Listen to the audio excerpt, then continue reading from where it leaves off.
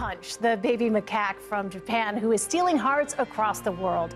飼育員が与えたぬいぐるみと遊ぶ姿や His mother abandoned him and he wasn't quite fitting in with the other macaques. But now the lonely monkey has become the star of the Ichikawa City Zoo.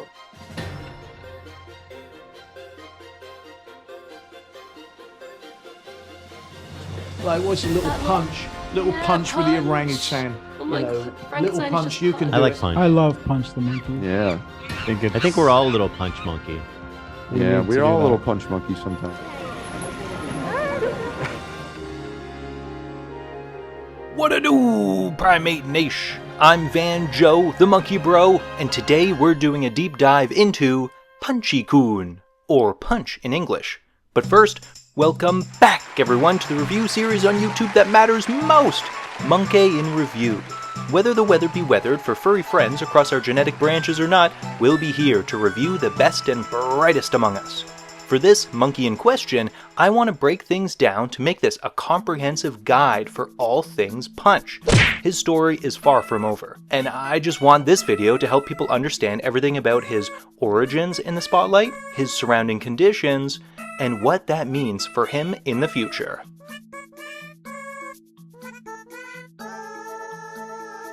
Punch was born a Japanese macaque in Ichikawa City Zoo in the country of Japan.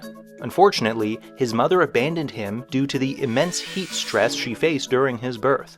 Primatology expert Alison Behe told The Guardian, quote, "In environments where survival is threatened from outside stress, mothers may prioritize their own health and future reproduction rather than continue to care for an infant whose health may be compromised by those environmental conditions." This may sound brutal and heartless to us, but it's important to remember just what the animal kingdom is. It is wild, and it is a survival game. There's a reason we are so prone to find thrillers entertaining, or why the best stories revolve around a hero struggling against the odds. That is survival. And in the wild, it is not uncommon to find all animals faced with moral dilemmas, such as abandoning their child to live another day. In this instance, however, it occurred in a zoo with ample human intervention available, but the mother monkey cannot be faulted for not comprehending that, of course. So in response to the baby Punch's rejection, keepers gave him an IKEA monkey plushie to hold on to. Videos of him with it hit the internet, and he became a worldwide sensation. Where did the keepers come up with that idea, though? Was it for fun to boost the zoo's popularity? No! We'll get into the reason later, but for now, it gave Punch the essential touches needed for a baby monkey to feel safe in their most critical early days. Punch was an outcast, as is typical in several monkey social structures for one without a mother, but he quickly made friends and has learned how to socialize. Was it a bumpy road? Absolutely. Being motherless, Punch missed out on crucial lessons about socializing. That led in turn to older monkeys scolding him. His story is one of success though. When we met him, he felt only the warmth of his plushie and the human keepers.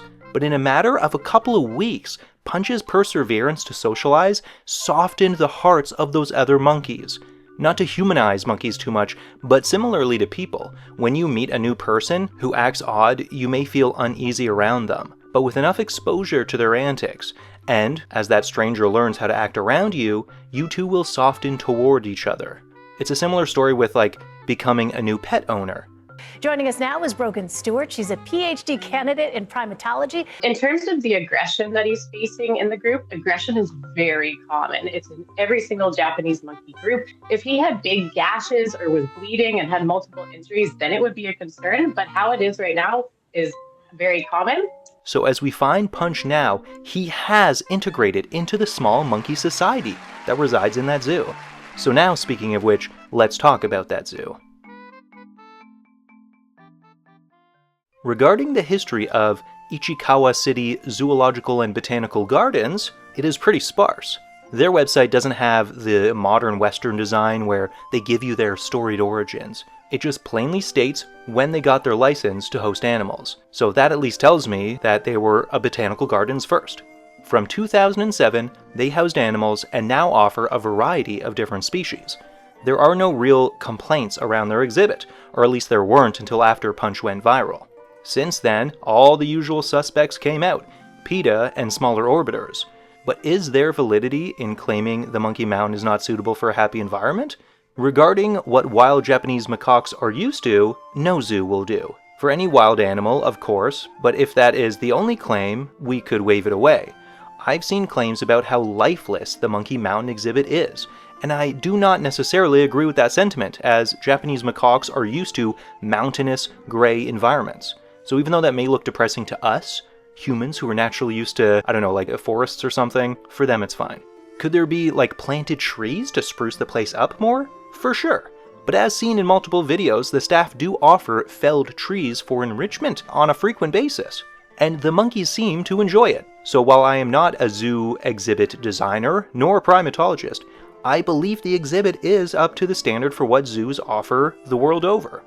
With these criticisms, it would surprise none of you to know that the zoo received an onslaught of calls, specifically from America, to scold the zoo on their handling of Punch's situation, as well as the exhibit at large. They responded as politely as they could have.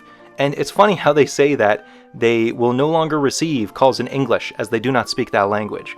Entitlement from those callers is through the roof.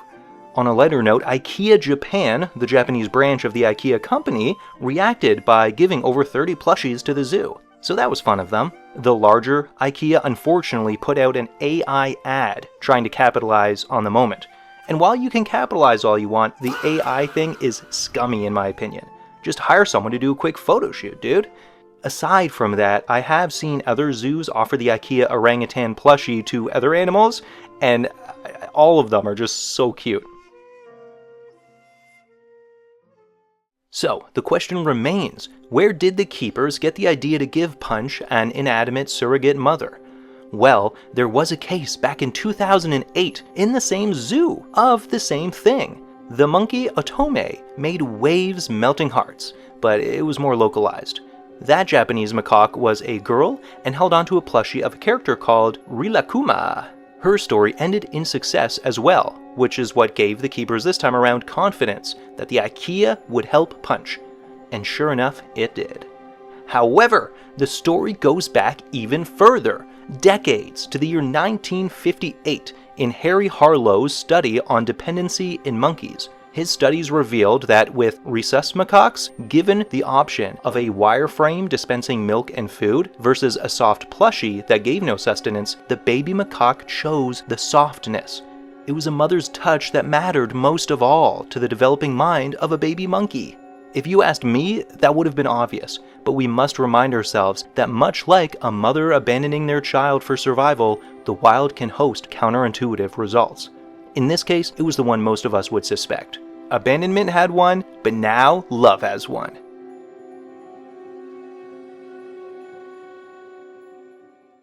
So now let's talk about what it means to be a monkey. We all hated seeing that dragon bite video, but if you watch it closely, you can see that the adult never tried to draw blood. In the wild, if animals wished to remove a fellow kind, they would kill them. What we saw was not nice, but it was also mild. Not that I would have wanted to get dragged and bit like that just for play fighting, but still. Bullying is real, but monkeys get over it way easier than we would. Their babies are tougher psychologically than our babies. This comes down to how their brains are physically wired, but also how they interact with each other. The main aspect is social grooming, also known as allo-grooming. This is the primary mechanism for strengthening bonds.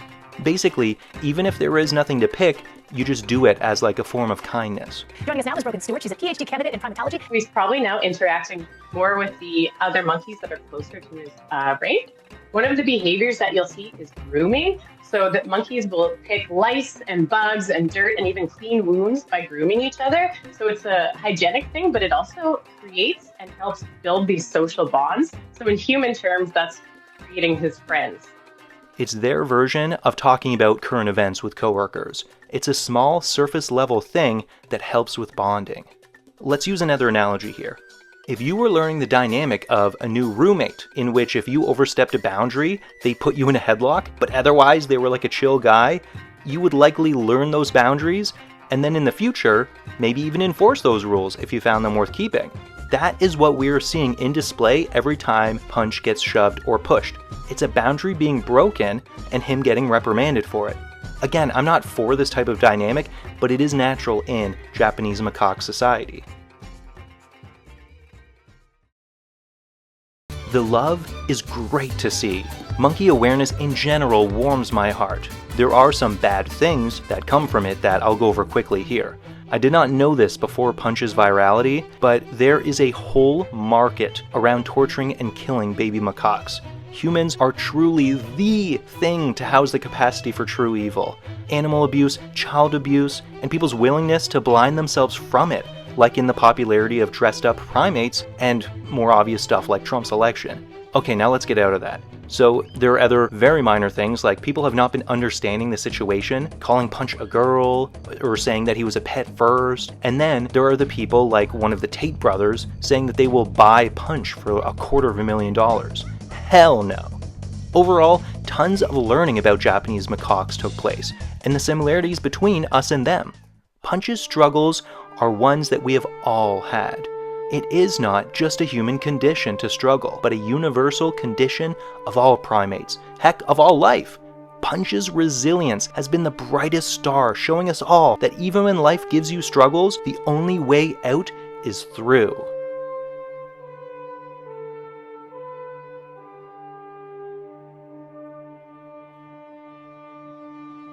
So finally, my takeaway. I have never been to Japan, but I have seen Japanese macaques, like Canada's own IKEA monkey, Darwin, from 2012, and many others. And I have just loved seeing everyone pour their love out toward Punch. The more that monkeys are in the spotlight, the more their welfare can be known. Macaques are one of those species, like chimps, where people think they're cute as babies and purchase them as pets, only to discover how much really goes into giving them proper care. So, as a general PSA, I implore you, please do not do that. They're also used in circuses in Asia and used in labs all over the world, guaranteed to die to test for human products. I've made videos about primates as pets, as well as monkeys being used in testing in videos that I'm going to link in the description. But anyway, when it comes to Punch, from this sudden shot into stardom and his bravery on full display, I can only feel joy as our global community shares in this moment. Will it last forever? Much like Mudang, the pygmy hippo? I would think no, but there will be those, like me, that stick around, always thinking about Punch and how he's doing. Like our own lives, he is taking it one day at a time. And that, my dear viewers, is what I'll leave this video off with. Thank you all for watching. This is Joe Van's son, wishing you all sleep well, fellow primates. Until next time. Peace!